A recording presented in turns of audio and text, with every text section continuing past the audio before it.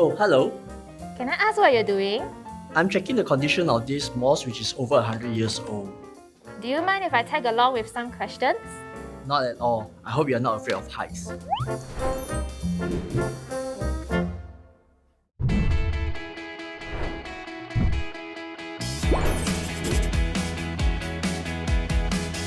My goodness, do you have to do this all the time at work? Quite often, a lot of these monuments are actually quite tall, and we do need a certain level of fitness. What other buildings have you scaled? The Central Fire Station, the National Gallery, and a few others. So what's the point of all this inspection work? It basically helps my team think of ways to keep the mosque strong and healthy for another 100 years or more. I guess you can say that we are like doctors or GPs, but for buildings. Or rather, for the national monuments in Singapore. What do you guys usually have to discuss about? For example, there's a lot of historical meaning attached to old religious buildings like this. So whatever restoration method we adopt have to be sensitive to their culture. I see. Okay, what's next on your agenda? Actually, coffee. Here's yours. Thank you.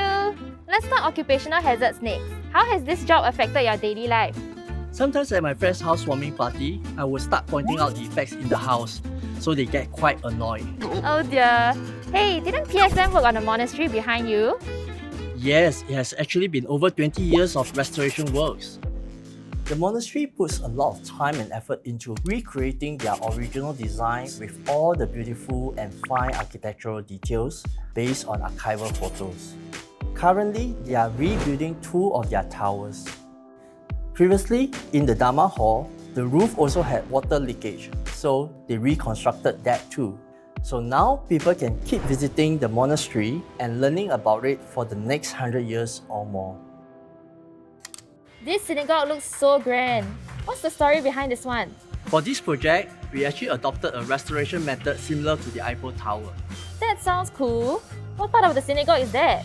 The canopies above the doors were actually sagging quite badly, but we adopted a self-weight reduction method, and in the end, we managed to save the canopies without having to demolish them.